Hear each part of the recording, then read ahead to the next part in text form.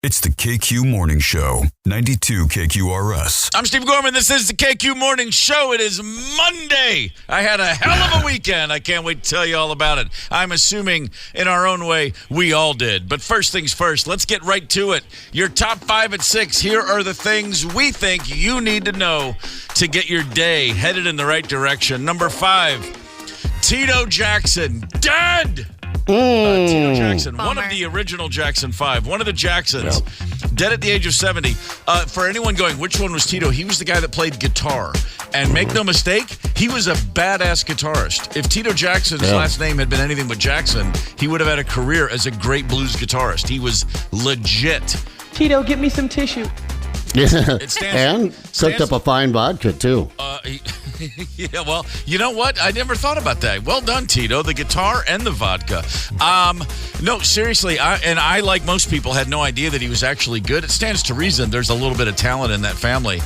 I saw Tito Jackson play a version of Stormy Monday at a Kentucky Derby house party once in 2010, and if you closed your eyes, it was like B.B. King was on stage. I've never been more blown away by an unexpected treat in my life than Tito Jackson leading a house band through a ripping set. Rest easy, Tito. Number 4 on your top 5 at 6. NFL Hall of Famer Shannon Sharpe has reversed course. He is now acknowledging and capitalizing on the fact that he is a spectacular lover. There you go. That's my Michelle. There it is. As we told you on Friday, Shannon Sharpe accidentally broadcast via Instagram Live a lovemaking session with a woman he was referring to as my Michelle. That's actually what you're hearing right now. That is not our version of it. That's real. He denied it at first. A beast. Then he apologized, and now he's selling T-shirts that say, "That's my Michelle." Attaboy. Attaboy. He was humiliated and embarrassed. I just wish I had the tape of the conversation with his advisor who goes, "Dude, you're seeing this all wrong. You are now the most popular man on earth." Right. That is a caring and communicative lover. I look at him differently, and will always look at him differently now. I wish I had a tape of the conversation where he told, quote unquote, Michelle that he was going to sell T-shirts how much her cut was going to be. Wow. You satisfy a woman like that, you can tell her anything you want. And I feel good for Denver fans. Finally got to hear a Broncos score. Wow! Oh, Tito, get me some tissue. I'm embarrassed I didn't see that one coming. Very nicely delivered. Number 3 on your top 5 at 6. The Emmy Awards happened last night. We know nobody watched or cares. We'll just give you the quick highlights here. Shogun. That's your huge winner. Zepp and I watched Shogun. Yeah. And let me tell you, I mean, if you have 10 hours to lose, no, it's great. It truly is. It's as good as anything as I've seen. The lead actor and lead actress from Shogun both won top acting awards for Outstanding Drama Series. Netflix's Baby Reindeer, as creepy and as unsettling as anything I've seen in a long time. The actress Jessica Gunning won for that. The crazy stalker lady actor, she won an award, and she should have. And I think that show should now be burned and never shown again because it was really upsetting. Let's see what else happened. Oh, I don't know. I haven't seen half these things, but Fargo had a winner. We did talk about Fargo on the show a good bit. Best Supporting Actor, the guy who played the state trooper, Lamorne Morris is his name, won for Fargo. So there's kind of a local angle on the Emmys, even though I doubt he's from here. But you know what? It's the Emmy Awards. The Levy's son and dad hosted. I'm sure it was great. I was watching football. Number 2 on your top 5 and 6. Hey, Jane's Addiction is apparently still a band. Who knew? Well, because maybe they're not. Jane's Addiction blew up over the weekend because on Friday night on stage in Boston, lead singer Perry Farrell went over to guitarist Dave Navarro and started yelling at him in the middle of a song, and then threw a punch and then pushed him, and they had to be separated. The bassist of the band, Eric Avery, put Perry Farrell, the lead singer, into a headlock and apparently punched him in the stomach 3 times. Wow. Attaboy. The guy still got some energy, the old boys. I'm impressed. If we learned one thing, it's that Perry Farrell, A, doesn't know how to throw a punch. And B, really needs to chill out, dude. Watching a bunch of 60-year-old guys fight on stage in public, it's every bit as funny as you might think it would be. I watched it 3 times and thought it was hilarious. I know it was. You knew that Perry Farrell was a troublemaker when he got caught stealing when he was 5. Well, wow, you're killing me today, Smalls. Hey, Carver, Minnesota, what's up? Good morning, Carver. I love riding my motorcycle around Carver, Minnesota. And what is that? Is it the Doghouse Bar? You go into the Doghouse Bar there. They serve a Bloody Mary that you'll take a picture of every time. I'm just saying. It's one of those, that's about as tall as, the tallest building in Woolsey, South Dakota. I like it. All right. Well, Carver, good to have you with us this morning. Number 1 in your top 5 and 6. We're going all the way. We're winning the Super Bowl, you cynical bastards. The Minnesota Vikings are 2-0. A 23-17 win over the Niners that did not feel as close as that score. There was a few dicey moments late, but the Vikings were in control all throughout the game. The big play of the game, the 6,000-yard man after only 62 games, Justin Jefferson, he picked up 97 all at once with this play. Second down 9. Darnold getting messy, going deep, and he's got Jefferson. He's got Jefferson. It's a foot race downfield with Brown. Shifting gears. Getting a block. That's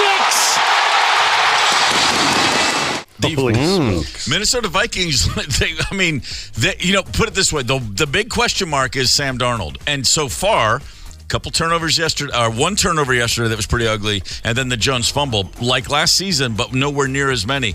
The team has all it needs to be very competitive, and so far so good. I'm really, really, really trying not to get way in front of the bandwagon here. But I've already looked at the schedule. I've already looked at every game, and I've got this team winning at least 12 games because I'm just that stupid. Let's get excited while we can, and maybe we can stay excited. Coach O'Connell, not only excited about the ball club, but the fans. Really proud of our football team. When you play the defending, NFC conference champions, and you're signing up for a 12-round heavyweight fight. But first and foremost, I want to start out and just really thank our crowd. I thought it was absolutely spectacular.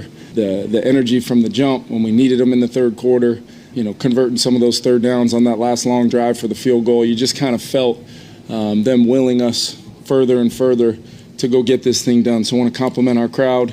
Absolutely love our fans. And I love this team. Tito, get me some tissue.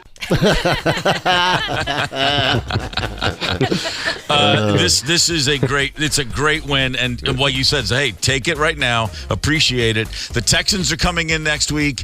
I was worried about that game until I watched them play last night. I'm feeling pretty good about the old purple and gold right now. My dad was a lawnmower parent, which means he'd say, cut that grass or I'll kick your ass. Lawnmower parenting today, well, it means a whole different thing. It's an entirely different animal. Hang tight. Connect with us on the KQ Talk and Text line. 651-989-ROCK. That's 651-989-ROCK. 92 KQRS. I'm Steve Gorman. This is the KQ Morning Show, and I am a failure as a parent. I have failed. I have let my children down, and I'm here to plead mercy from the jury. I'm a terrible parent. You know why? Because we all are. We all screw up as parents. It's not because we don't love them. It's not because we don't do our best, but there's just invariably going to be ways you mess up along the way. Our kids can look at us and go, oh, yeah, and then you did this, and you did this, and it made me feel like this. And I'm thinking, what are you talking about? I was way better than my parents, because really that's all we have to go by. Are we advancing the wheel? Are we getting to another level? Are we doing better than what we were given? I think that sometimes that's the only realistic measure you can get your arms around. But I'm reading about lawnmower parenting now. It's the new type of parent that goes way beyond helicopter parenting. Lawnmower parenting.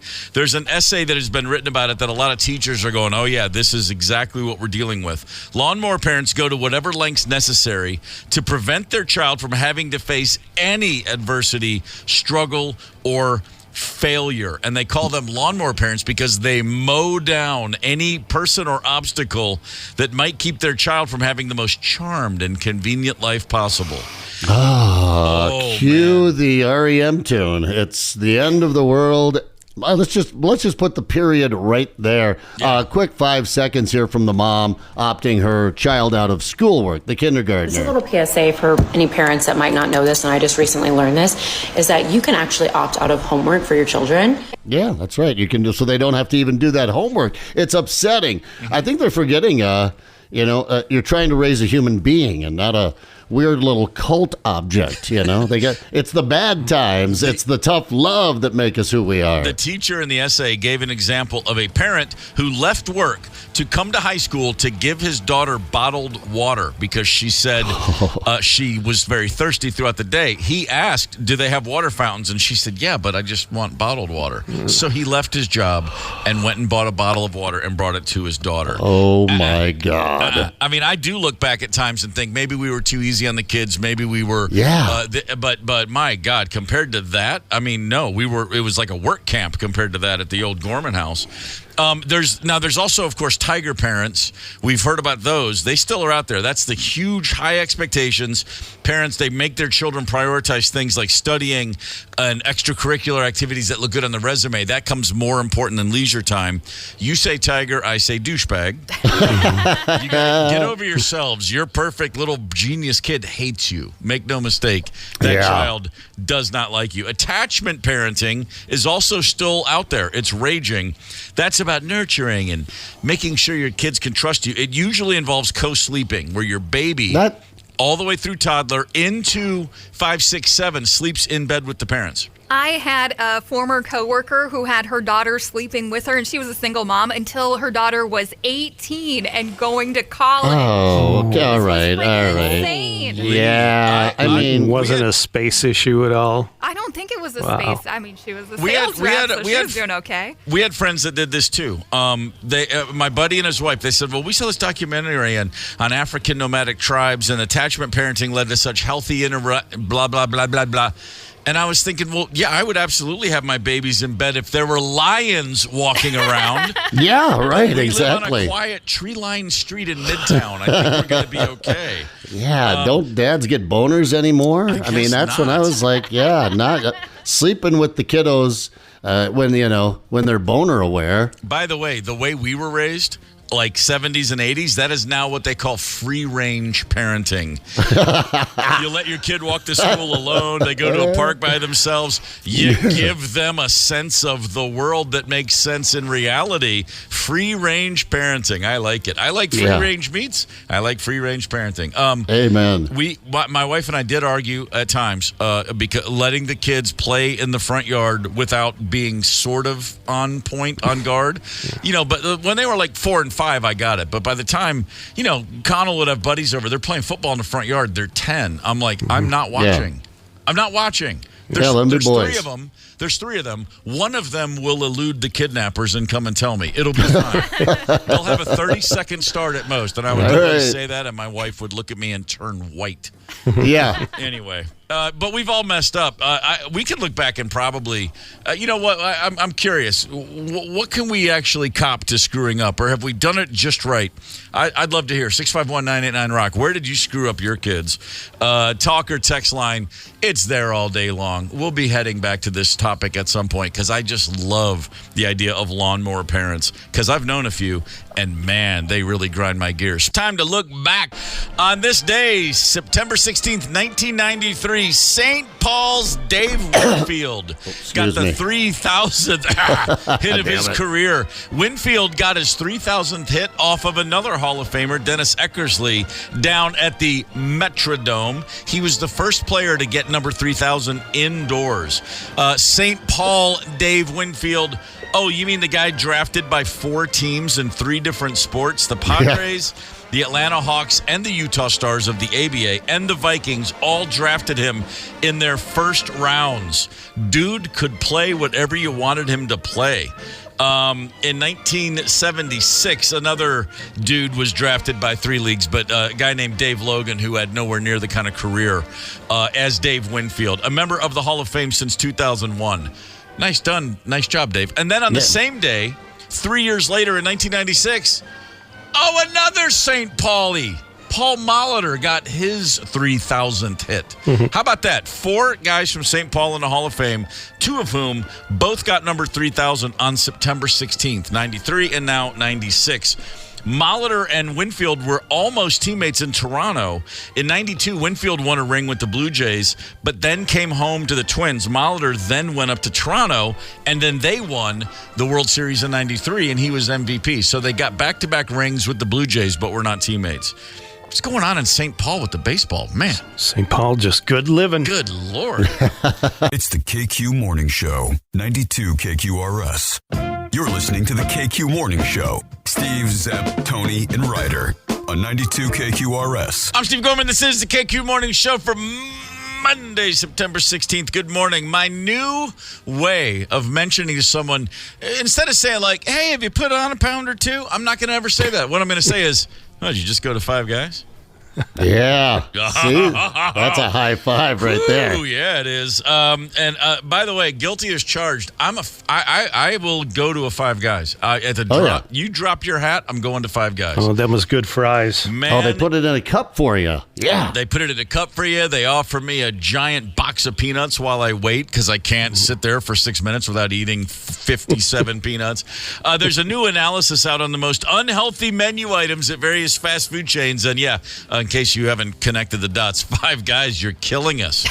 Come on.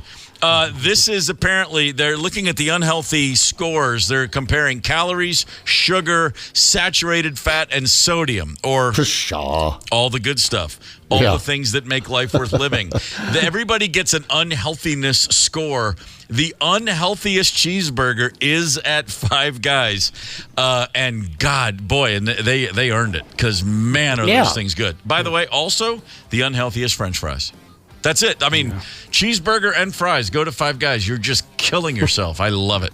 Well, all things in moderation, including moderation. You gotta squeeze it in there, man. When that hit the scene 15 years ago or so, we discovered Five Guys when it got to where we were living. The kids loved it. Rosemary and I loved it. We would go, and then one of the guys, I was on the road, and one of the guys on the crew was kind of obsessed with Five Guys, and so I went for Christmas. I thought I'll buy him a Five Guys gift card. He'll appreciate it. Right. Now, for a family of 4, it was like $30 to go in there and eat. Right. So I just gave him like $100 gift card. I thought, because I'm thinking that's like 3 trips to Five Guys. But for a single dude, that's like 10 trips to Five Guys. And he literally looked at it and he goes, "Oh man, that's awesome! Thanks so much." And it said, he goes, $100. But what are you trying to kill me? That's what he said. And I went, "Oh wait, yeah, it's just you." I was thinking like family of 4 styles things here, and he was right. I was in fact trying to kill him. Sorry about that, Cutlets. My bad. Well, his nickname was Cutlets. Cutlets. That's outstanding. We had a story a couple of years ago about a fella that was mowed down by one of these fast food delivery drivers. So, I mean, one way or another, the fast food is going to get you. Yep. Just enjoy the meal. Chicken sandwiches. Popeyes has the unhealthiest chicken sandwich. And yes, I will say the same thing. Of course it is. Have you had one? They're amazing. Haven't been to the Popeyes yet. Now, I mean, guess what I'm doing today? Yeah, get the spicy one. Get the hot Popeyes sandwich. Oh, it'll set you free, man. Yeah, it'll set it free. That's for sure. Also, chicken nuggets. Popeyes is killing you. The best. They're just coming after you, man. I should say the least unhealthy. They're not going to say healthiest, but least unhealthy burger. Our friends at Culver's. Shout out Wisconsin. Yeah, nice go work, figure. Culver's. How can you have something called a butter burger be the least unhealthiest? I didn't see that coming. I know. Go figure. But for years, fun fact about Culver's, you saw them in the Midwest, the Upper Midwest, and Bowling Green, Kentucky. Wonder why. Nowhere else in the South. I know why. Because the guy Culver's daughter went to Western Kentucky University, and he donated, and he was and he put a bunch of money in the school, and then he opened some Culver's there in that one town. And you'd go to a ball game on campus at my alma mater, and I walk in there one year, and I'm like, Culver's? What the hell? I'm like, whoa, what? Who's importing these? I was very excited because Jeff Cesario for years was like, you better get a Butterburger when you go to get a Culver's. Go to Culver's. Yeah, Wisconsinites, they love that nonsense. So I mentioned the unhealthiest French fries, Five Guys, followed by Steak and Shake. Yeah, I can see it. Not great though. I don't love the Steak and Shake fries, but it's steak. Every time I go into Steak and Shake, I just feel, I'm slowly doing myself in. There's no question about it. What are the Steak and Shake fries like? I mean, the Five Guys, they don't have a bunch of breading or anything on them. No, it's that peanut oil, and it's Steak and Shake fries are skinnier. They're a little thinner. Okay. And they're very crispy. They're okay. Ooh, I like that. Yeah. But they're not that great. They're like the French fry version of the potato sticks that I used to eat as a kid. The shoestring potatoes. Thank you. That's the word I was looking in the for. can. Yeah. Yeah. That's kind of where I love those. I'm not a milkshake guy. However, the worst milkshakes, go figure. Five Guys is on that list. I mean, literally, it's like the five mafia families. They're just trying to kill everybody over at Five Guys. But no, Fat Burger, which is, if you're not in Southern California, you're not going to come across one. Fat Burger has the unhealthiest vanilla shake. The least unhealthy fast food chain, check it out. The least unhealthy chain across the board, Mickey D's, McDonald's. Yeah. Go figure. McDonald's, a healthier option. Well done, Ron. Oh, they were taking all the heat for such a long time, rightly or wrongly, that they've really overhauled their menu. And I don't know, they still have the rep. And then there was that, pink slime accident out along the side of the road. The truck crashed. Right. All the pink slime came out and it had McDonald's on the side of the truck. Yeah.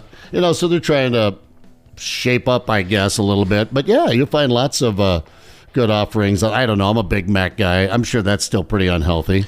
I think they've gotten better. They truly have. They added the Big Mac 2 all beef patty special. They added a little bit of lettuce, a little bit more. That's what it is. They had to do that. Quick shout out to Osseo. Good morning, Osseo, Minnesota. Yeah. Home of the Norsky Nook Pie Shop. Really? Oh, Fantastic, really? yeah. Okay. Wow, The Norsky Nook. All right. That's on my to-do list. All right. So I now know where to get a good pie. The Norsky Nook. Mm-hmm. Featured Right on David Letterman years ago. Oh, really? Mm-hmm. No kidding. And you're just now telling me. How Thanks about that? for nothing, Tony Lee. It hasn't come up. Right on. Now it will. Pie is never not a category I'm willing to discuss. Worth the drive. Good morning, pie lovers in Osseo. I'm not gonna. By the way, I haven't been to a Five Guys in a while, but not because but for no reason other than it just hasn't happened. This conversation simply makes me realize I got to get to a Five Guys. There are plenty of things I'm not willing to give up that are unhealthy for me. I have no problem not giving these things up. And speaking of which, how about this? Things that are slowly killing you that we enjoy doing that we're not going to give up anytime soon. And number one on the list is binge eating. Now, I'm not a binge eater necessarily, unless I'm watching a football team I've supported for years just give away their second straight game. Then I'll go for a little extra 9 or 10 bites of nachos. But if I'm not invested, and if I'm not watching a ball game go south, I don't normally binge eat. But I will if I need to. Sometimes it helps to turn around. Fast food is, of course, on this list. Not exercising. Yeah, guilty. I've been exercising lately. I don't feel any better or different, except things now hurt. So I'm contemplating giving up exercising again. It's just not working for me. Here's one on the list. Things that are slowly killing us. Social media. I hate to admit that I spend too much time looking at Twitter, and it's become a habit because for years doing radio, and when I was doing sports talk radio, you're just constantly keeping updated on things, and Twitter was great for that. The updated score, who hit the game-winning shot, you can get a video of the game you missed, you can go, and then it's just turned into like a habit. And I was talking to somebody the other day who said, well, ever since I took Twitter off my phone, my life has been greatly improved. And I was like, oh my God, it's just that simple. And I went to the app and I just did that thing and I held my thumb over it and it says remove app. And then I was like, no, I can't remove the app. Started to tremble a little bit. I don't think I'm ready for that yet. And it's embarrassing, but true. This is a thing that is bad for me that I will not give up. We have an intervention coming up for you later on after the show. Feel free. It's late. It's overdue, and I will. Social media, I took it off the phone. That was it. I just found myself just not getting angry, just wasting my time, I felt. Now, I go jump on the laptop or on my desktop and for work or whatever, but it's strategic, It's laser focused. I jumped on this morning, went to the Vikings Twitter account or X account, whatever, so I could get some audio of JJ's 97-yard touchdown. That kind of stuff, It's specifically for a reason, not for a keeping up. But then, I'll get together with the fam out in South Dakota and they'll say, "What, didn't you?" And we posted that, and so I'm missing out on a lot of things as well. It's tough, man. I do still notice nowhere near as much as I did. Like I said, when I was doing sports talk radio, it just felt like I couldn't get away from it, and I needed to know crap. And you have to present as if you watched 9 games yesterday, which nobody does. But you have to know at least the highlights. And now I'm not looking for sports highlights. I'm literally looking at stuff like, what was Anna Sawai wearing at the Emmy? I don't care what she was wearing at the Emmys. I like Shogun, but why am I down? Why am I on the 7th tweet about that? I get into a rabbit hole. It's just purely Pavlovian at this point. Okay, you know what? I'm getting it off my phone. I'm going to do that in 24 hours when I come back tomorrow. Okay. Twitter will not be on my phone. We will discuss at 7:10 tomorrow how the 24 hours went. All right, I'm doing it. I'm literally, you know what? Screw it. I'm not going to wait for it. I'm doing it right now. Look at that. Look at that big X. Remove app. Gone. I'll give you until the end of the break. I'm a shell of myself. It literally just disappeared. There it is. It just went away.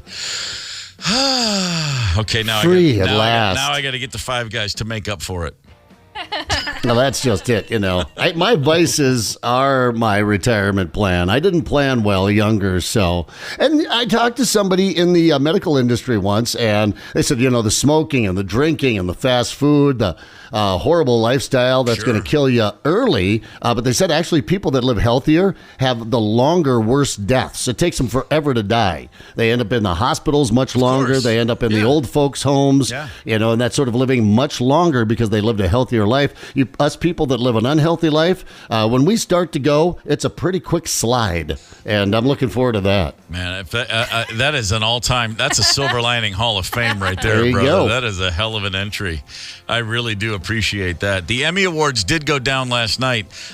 This is a pretty good place to work, KQRS, but when you think about TVs, a lot of the great shows over the years are about, they're workplace scenarios.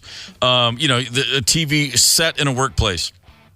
And I'm thinking first and foremost about Cheers. I would want to hang out at Cheers. I would want to work at Cheers. Yeah, Let's discuss where else. Think about it. Where do you want to work? Now, hold on. Let me put the guardrails around that one.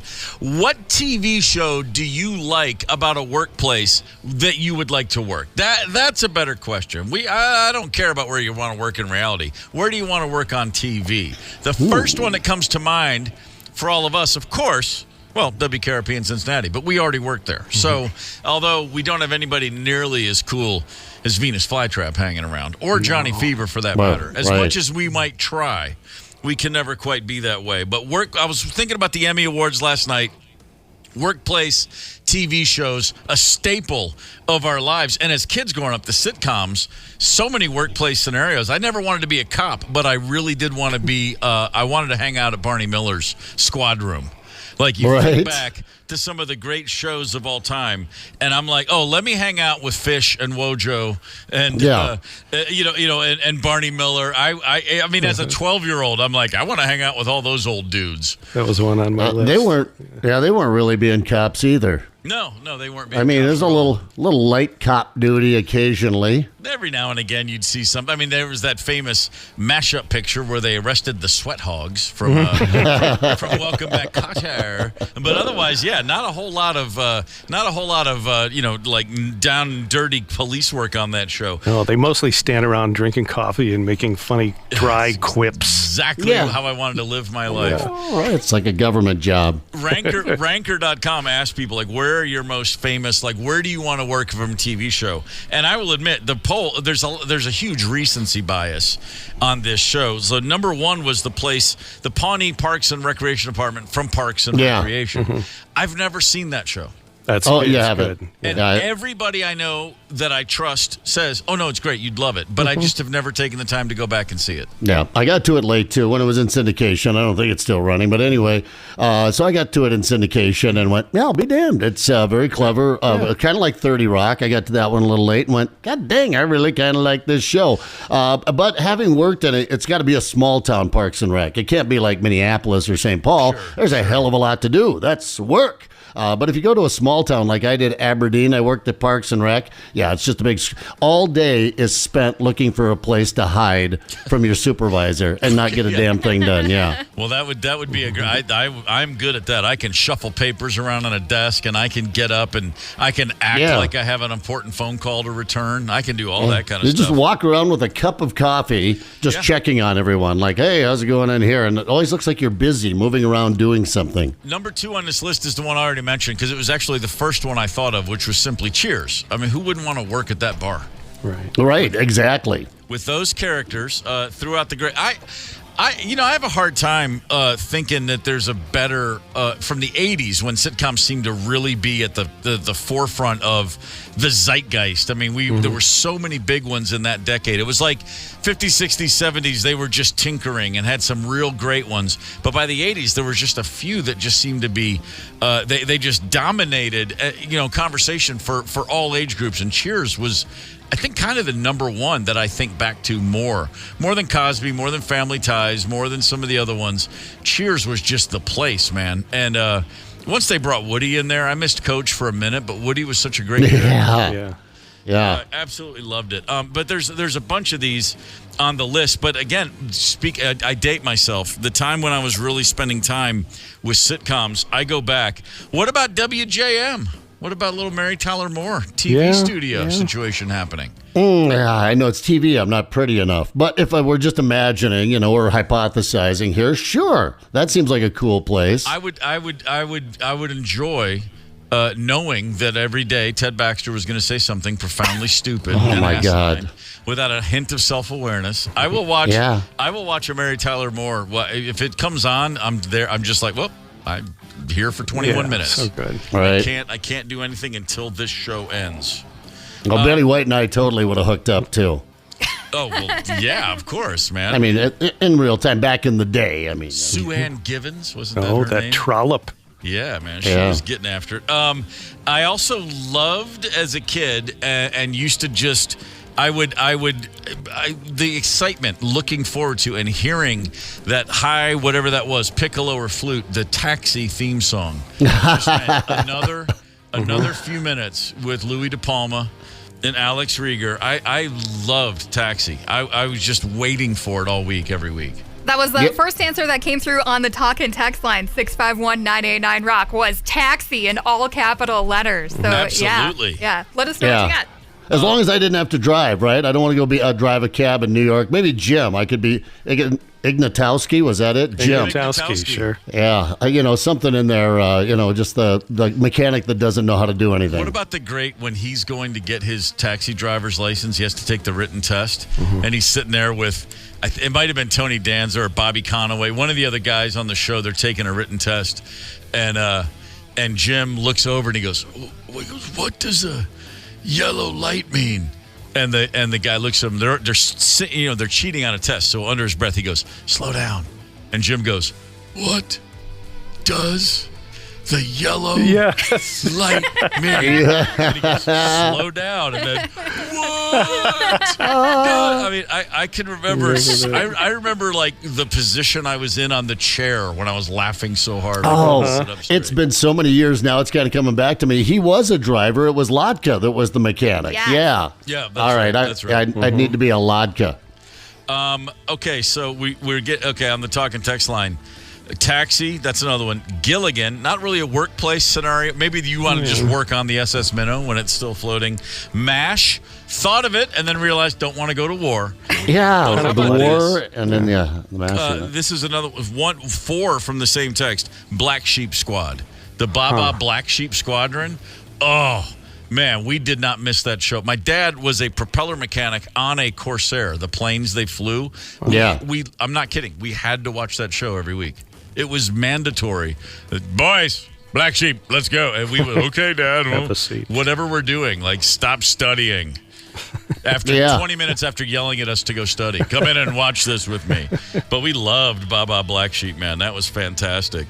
Got a Hogan's Heroes. Again, I don't really want to be at a POW camp myself. No, not even close. No. What? Hogan's Heroes. You mean as one of the Nazis? If you're, I suppose if you're Schultz or something like that. Yeah, that was a job, I guess. Strudel to be had. I'm always a sucker for a black leather overcoat. How about this? Anybody else spend your childhood wishing you could work at Control? Get Smart? Oh, yeah. Cool. Man, Absolutely, man. Love me some Get Smart. Thaddeus, chief of control, would come in, and he and Max would sit down in the cone of silence, and the cones would come out of the ceiling so they could have a private conversation. I loved Get Smart, and in fact, last year went to the Minneapolis airport, and I had to go out somewhere just for a day, and I'm driving there, and my plan is to park just on a ramp at the airport, and I'm running late, and I was like, screw it. You know what? I'll check out the valet scene, see how this goes, save a little time. Have you ever done the valet parking at the MSP airport? It's got one of those Get Smart doors.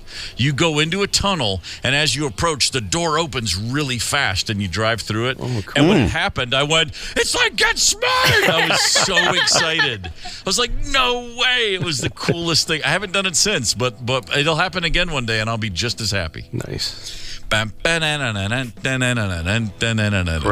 song. Come on, man. That was great. And the Chaos Agents were always so great. Simon the Likeable. Remember him? He'd wink at you and it would go ding. And there was a little glint in his eye and you just immediately liked him. Simon the Likeable. I was obsessed with that show. So many great ones. What do you think? So the Emmy Awards last night. Now Shogun was the big winner, and it's oddly enough a show I actually watched because I miss all of the big shows these days. But that one I got on early, and and then I watched like 8 out of 10, and then put it down for a while, as you do. Like Robert Plant, I'm going to have to put you down for a while. And then I picked it back up and finished it, and it's absolutely spectacular, and I loved it. And so I'm thinking to myself, well, is it on this list of like greatest series ever, then greatest dramas ever? And I would say, yeah, it's not a Mount Everest probably, but for one season, you could do a whole lot worse than Shogun. It's won more Emmys than any other show ever now. All the production Emmys, all the crazy ones. I mean, just absolutely amazing. So. You know, it's worth thinking about. Greatest shows ever. Oh, I'm sorry.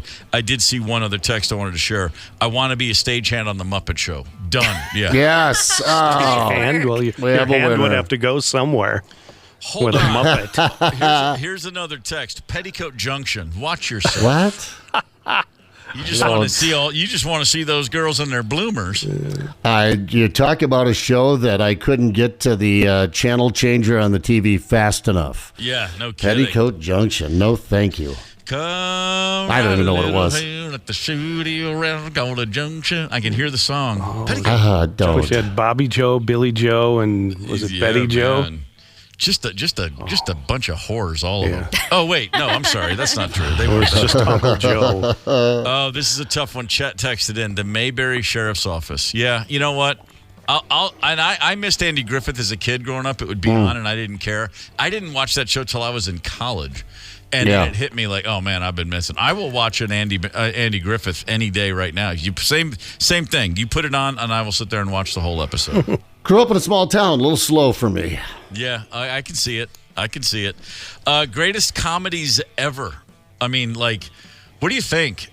You gotta give a shout out to The Simpsons just for longevity, just for number of episodes. I haven't watched The Simpsons on purpose in years. Does it lose its potency because they've been going for so long? That's what I was going to say. If it's on, like and I only see it now in the fall. I'll watch a football game, and then after football, if I don't change the channel, it stays on Fox. All of a sudden, there's a new Simpsons.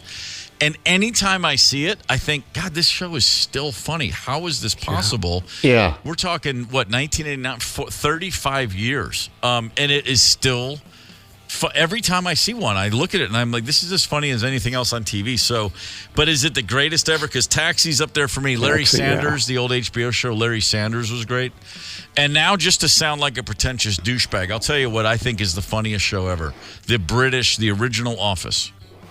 Yeah, you're right. Oh, man, I'm going to you jump do sound on like that a douchebag bandwagon with you and say I did really like the original British Office with Ricky Gervais. Oh, when it came out in real time, there'd never been anything like it. I mean, nothing. I would watch that show and just, I was afraid to laugh because I was going to miss something else that was funny. And I would watch every episode 2 or even 3 times because every single moment was so perfect. And in fact, I'm such a pretentious douchebag and I loved it so much, I refused to watch The American Office. And again, I've had plenty of people go, no, it's different, but it's great. And I hear it's great, but no, this is a hill I'm going to die on, fine. damn it.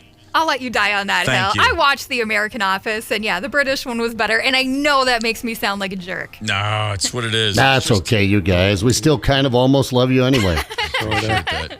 Speaking of The Simpsons, the Springfield Nuclear Power Plant as a place to work also made the ranker.com list for people that want to work there. Yeah, because you don't have to do anything. That's exactly You guys are thinking about this wrong. What are the workplaces where you get to be lazy? Yeah, no kidding. News radio. I knew there was another. I was like, what's the other radio station show? Or Frasier. Frasier was radio, but there was just as much at the apartment with the old man. And, right. But news radio was the one I was trying to think of. Dave Foley from Kids in the Hall. That was a good show. I like that show. R.I.P. Phil Hartman just killed it on that one. Just absolutely, yeah. Man, that was great. Greatest dramas ever. I'm curious. What do we think? Greatest drama ever. Everyone always says Sopranos, The Wire, Breaking Bad, Mad Men. That's like the big 4. Is that still? I'd put it in the West Wing amongst them. Okay. The Wire, I'm real partial to, man. Oh, so good. The first 2 seasons of The Wire, loved, and that'd be but I have to go with Breaking Bad. I think it was solid the entire series through. Very true. Yeah, very true. Saw a Breaking Bad recently, pulled up Netflix, and I guess one of the kids had been watching it, so it showed up like resume, and it was the second to last episode of Breaking Bad, and I was like, oh yeah, and I hit play and just sat there and watched it and the finale again all these years. And then I'm like, I guess I got to go back to the beginning and remind myself of how gut-wrenching this show was. That was a great one in real time. That was the last show where, like me and everybody, I was on the road in 2013 for the final season, and every Sunday, every one of those episodes, man, it was like a big build-up. It was the last show I was watching where, you'd be texting friends about it, like after. I haven't had an experience like that since. That was the last sort of communal. Everybody I knew was involved and watching and freaking out about it. Really, really great. I put Ozark up there, too, just for intensity and good writing. I love that first season. I did feel like it got a little, I just kind of, after a while, I was kind of like, wait, who's this casino, Kansas City trucker, Bible Belt? There was just too many people. I guess I wasn't paying close enough attention, but yeah, that was a pretty strong one. KQ talk and text line, 651-989-ROCK. We'll take any suggestions. Where do you want to work? A lot of KRPs in Cincinnati up here. There's, and then just talking about greatest shows, of course, All in the Family would be up there. How about this? Working on the Alan Brady Show from Dick Van Dyke. Yeah, that is a strong one right there. No question about it. I am looking across the room here, and it appears that Tony Lee is plugging in a toaster. Hang tight. It's the KQ Morning Show, 92 KQRS. It's the KQ Morning Show. Steve, Zepp, Tony, and Ryder on Minnesota's Classic Rock. 92 KQRS. I'm Steve Gorman. This is the KQ Morning Show. Good Monday morning. We would like to make some toast. We would like to put you on the hot seat and see what you can come up with while the toast is in fact toasting. Or I guess I should say while the bread is toasting. You don't put toast in a toaster. You put bread in a toaster, for God's sake. That's right, you we idiot. Need 2 contestants. Beat the toaster time. We need 2 people to call us at 651-989-ROCK. Callers 9 and 2, you will be locked in and playing a game. We're giving away tickets to see Extreme and Living Color Sunday at the Mystic Showroom. Living Color and Extreme. 2 fine bands. Mystic Showroom's a fine place to see a show, too. Oh, yeah. Well, then why wouldn't you want to... kick back, you can relax. Why wouldn't you want to, get in on the game and win some tickets and go see the show. A perfect way to spend the next few minutes of your Monday morning. I would like to take a minute to say good morning to our friends in Anoka, a lovely town. I've been to now twice, and you know what? The only problem with Anoka is, that I'm not there 3 times because I've enjoyed both trips quite richly. Great little town, wonderful folks. 2 for 2, rock on Anoka. All because some kids tipped over some outhouses back in the day. They are the Halloween capital of the world. Shannon, I'm sorry I forget your last name, but I've been up there for a couple of times. Honored to be a part of the Anoka Halloween Parade. And it was Shannon, one of the organizers one year, told me that back in the day, the kids used to let the cows out on Main Street, those pranksters, and tip over outhouses. So they came up with a big celebration, believed to be the first in the nation for Halloween. What? See, I've heard it's the Halloween capital. I didn't know it was the first. That's pretty impressive. Oh, yeah. Wow. All right. I'm digging on that. Well done then, Anoka. So we had a great time. We were all up there, and I guess it was June. It was a little longer ago than I would have thought, but we all had a blast on a Saturday in Anoka. A lovely spot to be for sure. I believe we have 2 callers ready to rock. Yep, our contestants are ready to toast it up. Here's what we do. There's a toaster. It's right here in the studio. We pop a slice of bread in there, and then we give you a category that requires some thought, and you list and name spontaneously whatever pops into your head, as many as possible, but you only have 15 seconds to do so before the toast pops. I like it. Fun fact, our toaster was on the fritz forever, and we just stopped using it and weren't eating toast. And finally, the other day, I was like, I got to get a toaster. And I've been toasting like crazy, and I hear that music every time I put bread in there. I know, I me literally too. do. It's changed my relationship with toast this very game. I'm quite happy to say. So with that in mind, Tony, who is contestant number 1? Toaster number 1 is Kelsey from Buell, lovely Buell, Minnesota. Kelsey, good morning. Good morning. Sir, give me your favorite band, please. The Replacements. Oh, attaboy. Man after our hearts right there, brother. All right, favorite team, any sport? Toronto Maple Leafs. Well, you lost us. But you know what? Yep. 1 for 2 is not bad, my lost friend. us. Well, not bad at all. Kelsey, it's time to play Beat the Toaster. Good luck, sir. Thank you. All right, Kelsey, of course, the Vikings are the topic of conversation. It's a hot topic. So I ask you, this is Viking and football related. What do you need to make for a good tailgate party? Go. Wings, beer, whiskey, vodka, Bloody Mary mix, pickles for the Bloody Marys, olives, chili, burgers, hot dog buns, hamburger buns, blenders. Wow. Wow, yeah. I want a tailgate Not with a Kelsey. stranger to the tailgate. What do we got there? Was that 10? Was it 11? I counted 100. 12. Okay, 12. Got 12. Tony says 12. That's a drinker's dozen, they call that. Well played, Kelsey. That's as good as it gets around here, especially for round 1. All right, my man, you're going to go on hold here for a moment. Let's bring up contestant number 2. Who we got? That'd be Willis from Elk River. What you talking about, Willis? Good morning. Good morning. How are you? I'm sorry to even make that joke. You're probably sick to death of it. But we've been talking about TV shows all morning, so I couldn't resist. Willis, give me your favorite band. Probably Pink Floyd.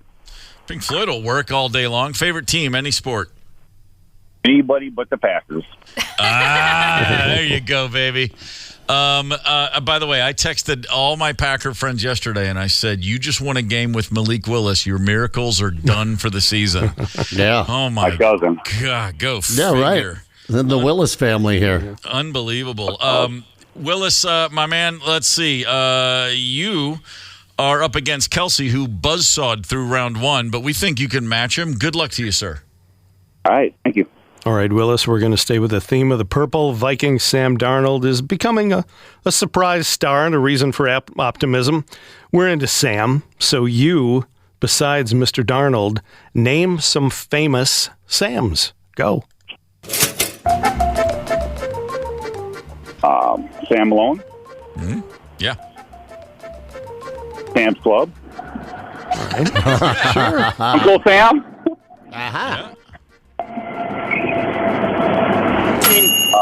All right. All right. Not bad. Not bad. Not bad. Three is that's a standard score around here. I like the Sam's Club.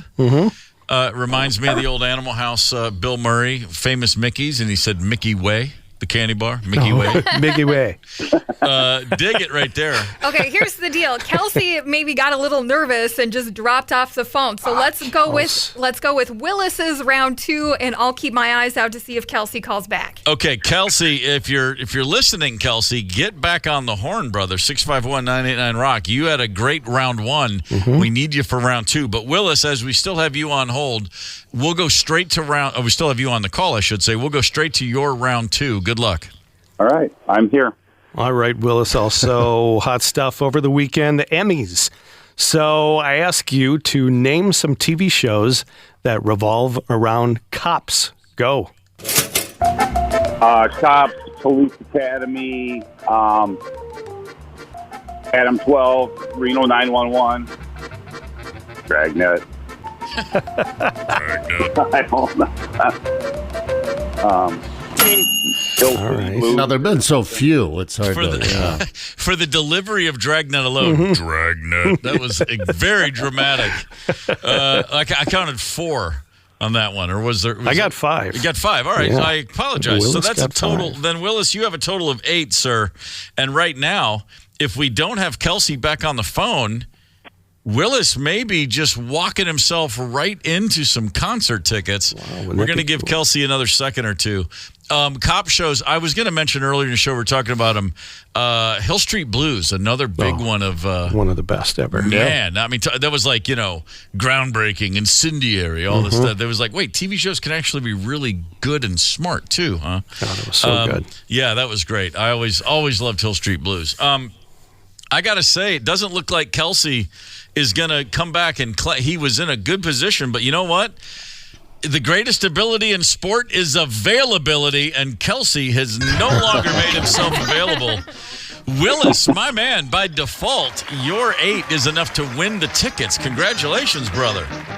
Right on. I appreciate it. Yeah, you got it. You got to 2 tickets. That's Sunday at the Mystic Showroom, Extreme and Living Color. Enjoy it. I know you'll have a good time, and we'll always think of you as the Dragnet guy. Thanks for calling, brother. Man, that's good stuff right there. Speaking of good stuff, I'd be remiss if I did not remind our listeners, we're going up north. KQ up north with Hoffman Weber Construction, October 3rd through the 6th at Cragen's Resort on Gull Lake. Join us for a broadcast of this very show, the KQ Morning Show. There's going to be a karaoke party. There's going to be live music. There's going to be a dinner cruise and so much more. Book your stay right now. Go to 92KQRS.com, sponsored by Hoffman Weber Construction and, of course, Cragen's Resort on Gull Lake. And I have it on good authority. The tickets are selling, as they say, like hotcakes. We're cranking it. Yeah. Sounds good right now. Blew past what we were going to do last year. I do want to mention that Cragen's does need to know how many people are coming, so you can't buy it right up until the day. If you're gonna be there hanging out with us, try and let us know this week if you can. Yeah, it is going to be a great time, and that's not just something we're saying. Tickets you're running out of time. They're banging up. So let's get to it, shall we? Parenting is something that a lot of us go through in life, and you spend your whole time going, "Am I doing this right? I mean, I love them, but am I messing them up? And am I making it harder for them to get by?" If you are what is known as a lawnmower parent, trust me, you are creating monsters. Hang tight. Connect with us on the KQ Talk and Text line. 651-989-ROCK. That's 651-989-ROCK. 92 KQRS. I'm Steve Gorman. This is the KQ Morning Show. Good Monday morning. Parenting. What were we thinking? I mean, I love my kids are gone now. They're 22 and 24. I love them. They're great. But, man, there were some moments along the way where I was like, this was way better when all I had to worry about was the cat. I was just trying to get some action. I didn't know she was off the pill. Oh, see, it's the little details. It's the things. It's the questions you forget to ask, or it's the answers you ignore. One or the other. Sometimes both. We've heard for years about helicopter parenting. Parents who just hover over their kids and get way in the way and try to protect them too much. There's a more extreme method that a lot of teachers and educators are calling out, and they're calling it lawnmower parenting, as in parents mow down any obstacles in their children's way to make sure they have charmed and convenient lives. You know, the idea of facing adversity, failing, or struggling even is not a part of the plan. My kids went to school. My kids went to a school in Nashville, and I swear I was sold on the school because I was listening to someone. One of the administrators said, "Our goal is to teach your kids how to struggle effectively." There you go. And I was like, "Oh, done. Thank you. Let's try to go there." Because that's what life is all about, struggling effect. If you're not struggling, you're not learning, you're not growing, you're not figuring anything out. You're just going along like a bowling ball, and eventually you're going to hit the gutter. And I just sent my son's kindergarten teacher a cutesy little email saying, I'm sorry, based on the stress, mental, physical anxiety it's causing my kid, we are done. We are done with homework. Done with homework in kindergarten. That was a kindergarten mom whose kid was struggling because he couldn't match the 2 dinosaurs on a page with 4 slides. 2 dinosaurs and 1 elephant and 1 gorilla. Which ones are alike? I can't do it! He had practically no time before school for his games and his shows. Boy, lawnmower parenting. That's pretty great. It's just such a basic thing. And I saw it with other parents. I don't know if I saw lawnmower parenting. I definitely saw helicopter parenting. I'm trying to think, because by the time the kids are a little older, you're not. Why? I don't know if you guys experienced this, Zepp or Tony. When the kids started like kindergarten, when you're finally meeting all these other parents, and then you're really involved. And like when Connell started kindergarten, I was like thrilled. I'd go in and do like the helping hands, or I'd cut stuff and glue, like a teacher's assistant for the day. I loved it. I was so happy to be there and watch them going about their business. And then I would notice other parents, and like I started things like this. When other parents are cutting the crust off this peanut butter and jelly sandwich, I'd be like, just give your kid the crust. I don't care if they don't like it. Make them figure it out. Yeah, exactly. I figured out how to rip off my own crust from the, 7-day-old stale bread. Mom was going to finish that loaf, by God. Crust is the best part. We needed those bags to put over our feet to put into our galoshes. How are you supposed to walk 4 miles uphill both ways if you don't have bread bags on your feet? I'm not going to sit here and say it was all better in our day, because, I mean, that's silly. I would have loved to have had every song ever recorded at my fingertips as a kid. That said, the idea that people are just trying to make it so easy on their kids. I mean, we have seen. So what my point earlier was, by the time the kids are like 4th and 5th and 6th grade, you're just not seeing as much of that stuff. Or maybe I just tuned out of other parents' vibes. But I noticed back when we got to high school, both my kids at different times, like they'd have a big paper due, and they'd be like, "Well, so and so's mom just like wrote it for him," and I'm like. I'm sorry, what? Well, she's a legal professor, and she could, first of all, I doubt it's true. They probably didn't actually write it. But if so, then that woman should get smacked in the head. That's just not that's not the goal here. You've got to create a person that's one day going to leave your house. Now, if you plan to raise, if you're going to have your kid live with you their whole life, then go for it. Do all the work for them. Just put him in the dog kennel in the basement. If you locked your kid in the dog kennel in the basement and deprived them of some of the necessities of life, you would be arrested, right? Yeah. We would be appalled. But that's exactly the same thing you're doing if you're not allowing them to learn and to fail and to struggle and just to go and figure out things for themselves. Tough love, baby. Bring it. Figuring out stuff for yourself, it's really a good way. I mean, because we all know this. If you look back at your kids, the lessons they learned the first time are the ones they had to learn on their own. Yeah. You can tell them, if you do this, that will happen. And then they'll be like, I believe you, but I don't believe you. But when they figure it out, when it happens to them without a warning, that's a lesson that's learned pretty quickly. 651-989-ROCK is the KQ Talking text line. We got a call, Tony. Mike from Loretto with parenting skills. Mike, good morning, sir. Hey, how are you, Steve? Great, thank you, brother. First things first, favorite band? Rush, all the way. Right on. Favorite team, any sport? Twins. There you go. Russian twins, a heady combination. What do you got Russian for us, Mike? twins.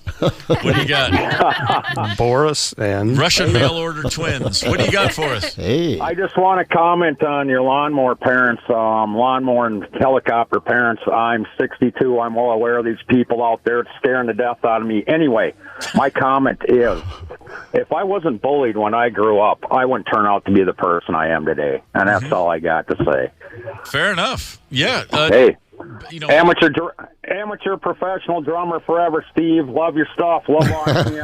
Right on. From you on videos. Have a good day, guys. Listen to you forever. Cheers. Outstanding. See ya. All right, man. Thank you, Mike. Appreciate that. Bill Burr has a whole bit about when you eliminate bullies, the evil impacts on society. He says you're removing a predator from nature's ecosystem, and then look what happens. He's like, people like Steve Jobs run the world. The nerds take over. It's pretty good shtick. There is, of course, a little bit of truth in everything that man says. I was never bullied at school that I noticed, and I'll tell you why. I had 5 older brothers, so bullying started at home, like it should. I got my ass handed to me a million times at home. When older kids did pick on me at school, I didn't notice because there was no way they could get me the way my own brothers could. Those amateurs. Yeah, I mean, didn't know truly, the good stuff. truly like amateur hour. I mean, I think I've said this name before, and I don't mind saying it. Biggest douchebag ever, giant kid, 2 years older than me. His name was Bentley Cornelius. What a name. It just sounds like someone in a John Hughes movie, the douchebag frat kid to be in a high school John Hughes film. Bentley Cornelius. And he used to he couldn't stand me. And he would always try to get under my skin, and I would laugh at him. He could kill me. He's twice my size. But I was like, dude, I have 5 brothers. You are offering me nothing to be afraid of. And it would just wind him up to no end, and he would just get so angry. So anyway, I hated all 5 of my brothers, and then one day I realized, that was actually pretty good for me. Thanks for kicking my ass every day. 651-989-ROCK, KQ Talk and Text Line. Who we got, Tony? Let's hear from Kurt from St. Joseph. Kurt, good morning. Good morning. How are you? Good, sir. Favorite band, who is it? Too many.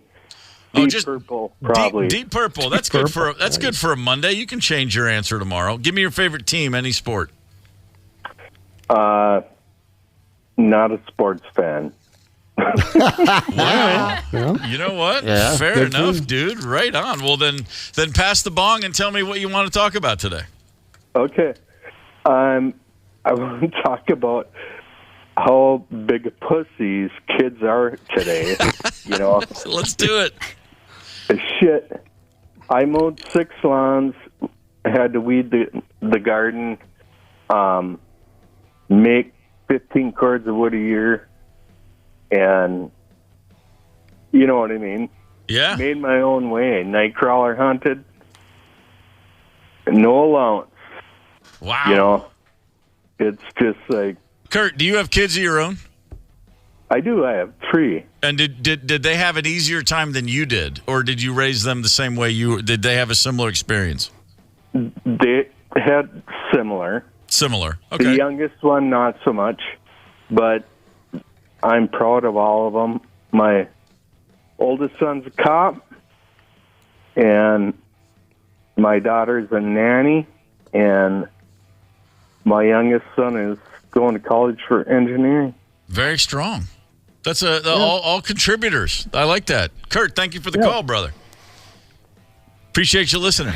I forget who the comedian was. You mentioned Bill Burr, but I forget who the comedian was. Neil Brennan was talking about, your kids have to hate you at some point. They're supposed to hate you when they're a teenager. Sure. Not completely, but they're supposed to hate you. They're supposed to rebel. And if you're a helicopter or a lawnmower parent, they're not going to hate you until they're in their 20s and for the rest of their life. Eventually, they're going to hate you and resent you in some manner. You just get it out of the way with some tough love, get them the skills to get out there in the world, and they need to want to leave. Yeah, because everybody is going to push boundaries, try to see where the lines are, and basically just mouth off and be a jerk. Do you want them to do that to you at home or to people out in the world? I think it's better to do it at home with your parents. Save your community from your asshole teenagers. That's my mantra. No, I'll take all the heat. Keep it in-house. You go outside this house, don't be like that. Don't act like that. Don't make people look at me like, what's the matter with that guy? Connell Gorman, my son did one thing at school, and he didn't mean to make my head explode, but it really did. And I never presented myself as any kind of a big deal because I wasn't a big deal at their school. Like he thought, hey, my dad's a rock star sometimes, and I never walk around with any of that crap. But he got a teacher. He was in 9th or 10th grade. I think he was a freshman. And a teacher gave him he gave a teacher some lip. A teacher lipped off. No, my son lipped off. Teacher, and they had a back and forth. And she said something. There wasn't necessarily a threat, but there was a, hey, this is going to lead to this. And he just pulled out.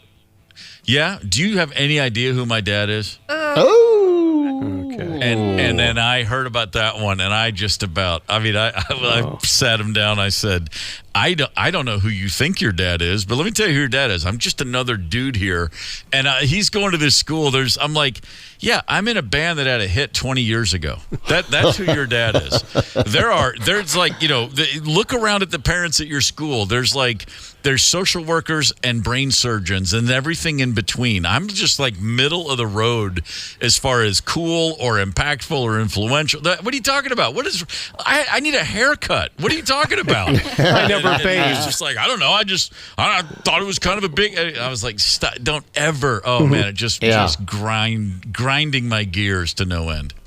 Teachable moment right there. That's exactly what that is. What they call, the way we were raised, a lot of us, the new parenting. So the lawnmower parents, they're the ones that just take care of all the obstacles. If you are raising your children to be independent and self-reliant, if you're letting them walk to school alone, if you're sending them to walk to the store with a list at a young age to get stuff, that's called free-range parenting now. Free-range parents. Like you've got some llamas in your backyard. I've got 100 acres with llamas running free range, or alpacas even. That's what I was trying to say. It's just free range, or just like I said, or you were just raised in the 80s. Yeah, that was it. Kid. Do what you got to do.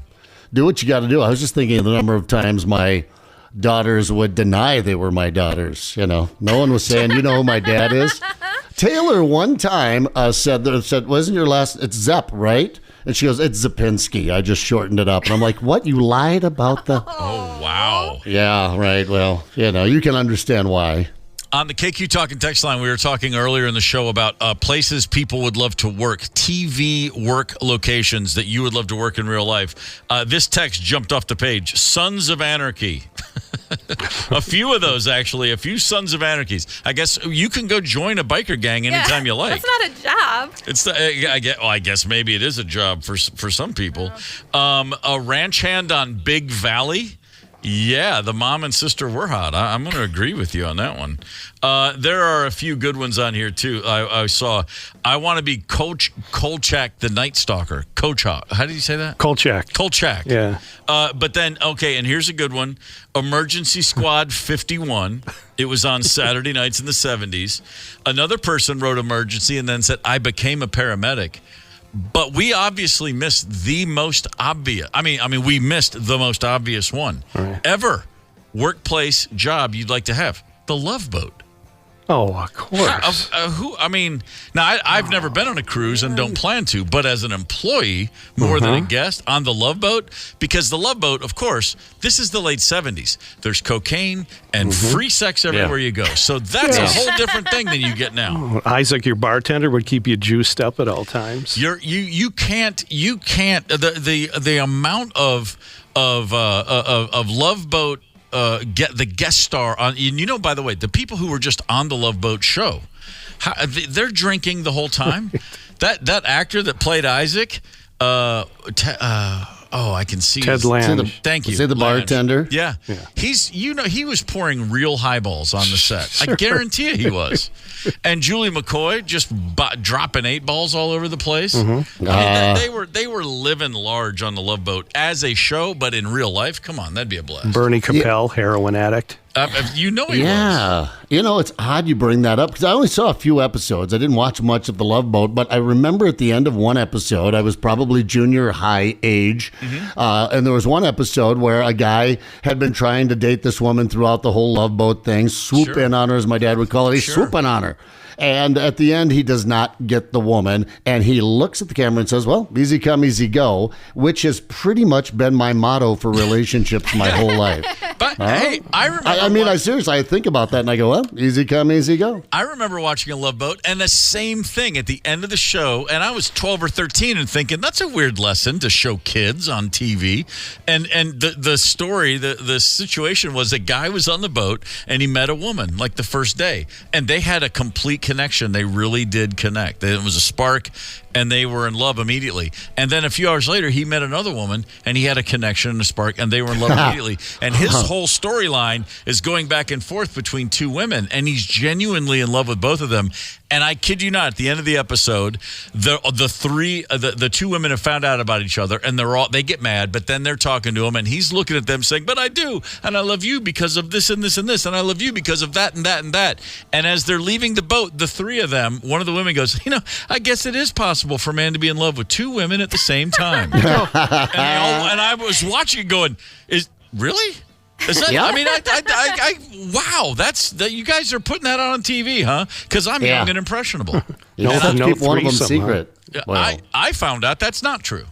You have to keep one of them secret, yeah. That's just not how that works at all. Astronaut on I Dream of Jeannie. That's a pretty good one. Sure, that always works. That always works. The top 5 at 9 coming up. Hang tight. It's the KQ Morning Show. 92 KQRS. You're listening to the KQ Morning Show. Steve, Zeb, Tony, and Ryder on 92 KQRS.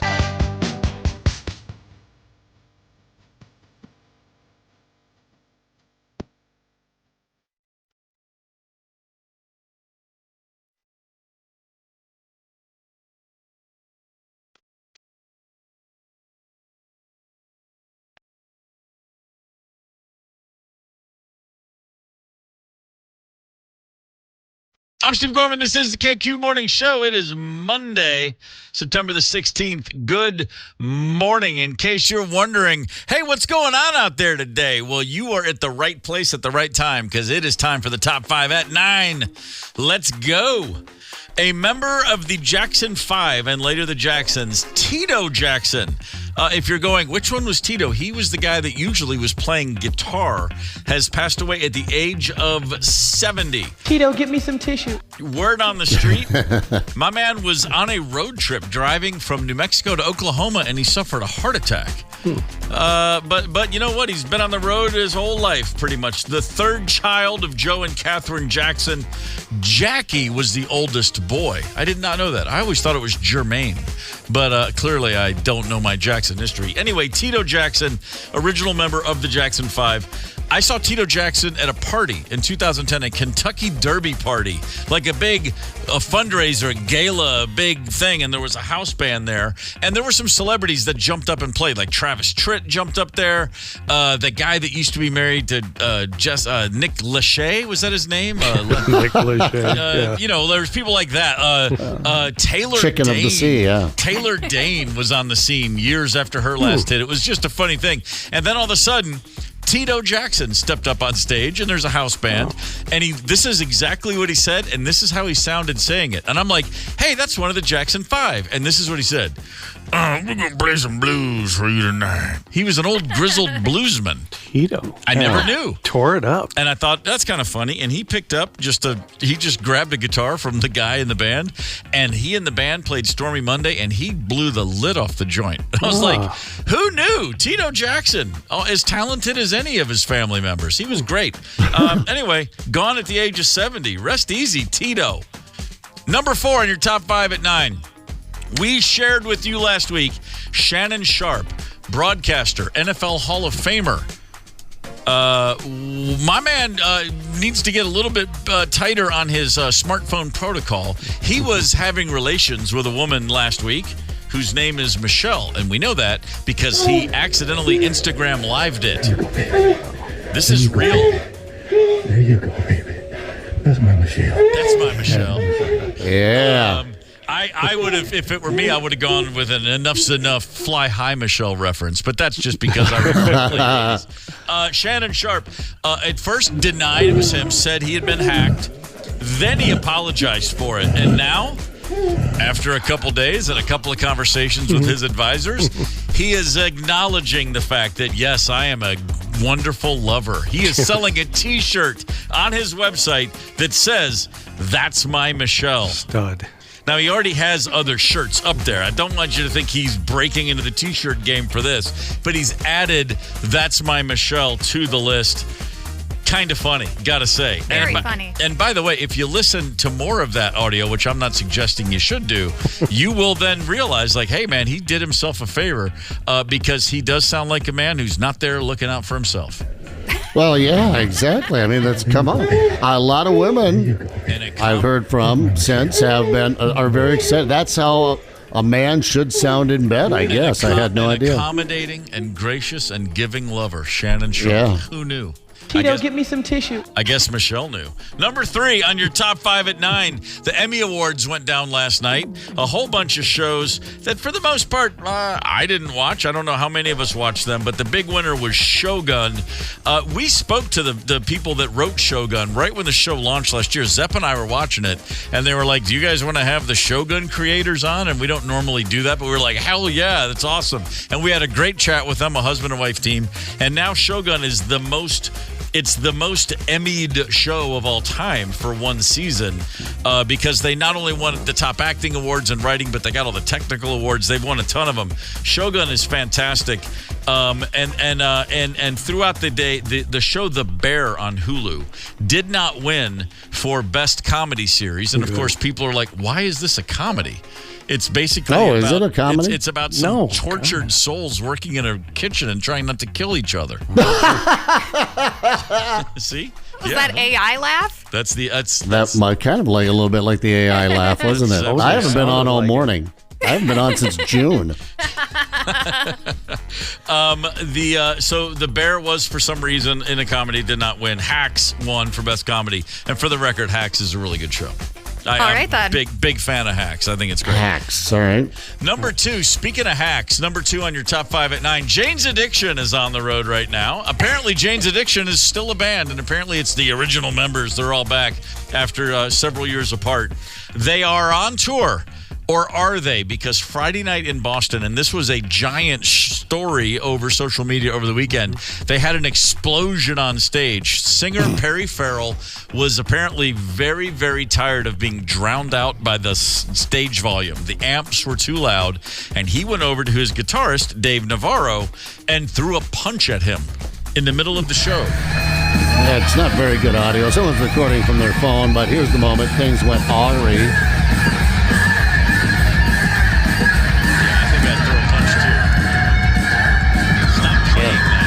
What is that? Oh, Ocean Size. I recognize it. I think it's kind of funny that the last guy to stop playing was the guy who got punched. I don't feel like anyone really threw a punch. No, we all learned Perry Farrell doesn't know how to throw a punch. He sort of flung his arm towards Navarro, and then they smacked into each other. The bass player for the band grabbed the singer in a headlock and apparently, according to witnesses, punched him, body shot 3 times. So I think that the whole band's looking at their singer for a while going like, we gotta... Yeah, it's an unnatural reaction to grab your singer and punch him repeatedly unless you've been thinking about doing it for years. So word on the street is, well, they obviously, that was the end of that night. They canceled Sunday's show in Bridgeport, Connecticut, but are saying they're going to be back up and running Wednesday night in Toronto. We shall see. Although Dave Navarro, the guitarist of Jane's Addiction, posted a photo of himself that said simply "Good night," a photo of him holding a guitar with the Jane's Addiction logo, and all it said was "Good night." And so now people are speculating: does that mean he's out? Does that mean like he's quitting the band? Who knows? I don't know. They're no Oasis. They're no Oasis. I saw somebody on Facebook over the weekend said, who's gonna last longer, Oasis or Jane's Addiction? And my answer was, well, I think the band that's gonna make $1 billion is gonna hang around longer. That's just me. This show I mentioned was in Boston, and of course, it was being filmed by 600 people with iPhones already, so it was all over social media as soon as it went down. Nothing like the good old days when you could fight on stage and nobody saw it, except the people in the house. Finally, number one on your top 5 at 9. Let's go ahead and start fitting those rings, boys, because the purple and gold are going all the way. The Minnesota Vikings are 2-0 after the defending NFC champion San Francisco 49ers came to US Bank Stadium and got their asses handed to them yesterday. Sam Darnold looks like an NFL quarterback. Go figure. He's at the right team. The defense is cooking right now. The Niners leaving 23-17 final score, and the game, for most of the game, was there was a wider margin than just those 6 points. Great win for the Vikings, who are now 2-0. Under Kevin O'Connell, the Vikings are 19-0 when they are even or ahead in turnover margin. Oh, okay. Think about that. I mean, that's. I don't even know what the hell that means, but sure. If they don't have more turnovers than their opponent, they're 19-0 under Kevin O'Connell. That's a pretty strong statistic. It basically means, guys, hang on to the damn ball. 2 turnovers yesterday. Darnold with a bad pick, and then Aaron Jones with that fumble on the one. Only the second fumble of his career. In his career, that's crazy. Saved it for Minnesota. Yeah, he did. But so had he scored, instead of dropping the ball onto one, had he rumbled in, the score would have been 27-7 at that point. It would have been absolutely all over. And as it turned out, it was all over. Yesterday, the big play, though, this one, Sam Darnold on the 3-yard line, takes the snap, fades back into his end zone, and then it sounded like this. Second down 9. Darnold getting messy, going deep, and he's got Jefferson. He's got Jefferson. It's a foot race downfield with Brown. Shifting gears. Getting a block. That's 6. We said before the game, Jefferson needed 42 yards to go over 6,000 for his career. He got 97 on that one play.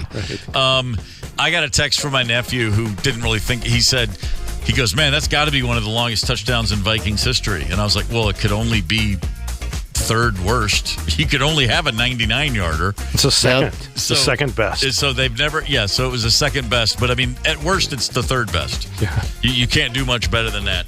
But that's a nice win. That's a really nice win at home for a team that is 2 weeks in. You can only get so excited. Man, but go for it. If you're a Vikings fan, man, feel good because this team looks good right now. Yeah. Giving up yards, not giving up points like that defense. I mean, you're good. It's the NFL. It's the 49ers. You're going to give up some yards, but don't give up those points. Nice. No question about it. Hey, Circle Pines, good morning. Circle Pines, lovely community, just a little north of here. Right there, if due north and then over east a little bit. I know where it is. That's about all I know about Circle Pines. That's what most people know about Circle Pines. It's right over there, isn't it? Anybody ever been arrested or drunk in Circle Pines? Anybody ever had a date in Circle Pines? Come on. On my to-do list. All right. I will. I'll get into some trouble here in Circle Pines before the snow flies for you. Great. I appreciate that. But we're happy to know that we got some folks up there checking out the morning with us, and it's always the more the merrier here on the KQ Morning Show. Connect with us on the KQ Talk and Text line. 651-989-ROCK. That's 651-989-ROCK. 92 KQRS.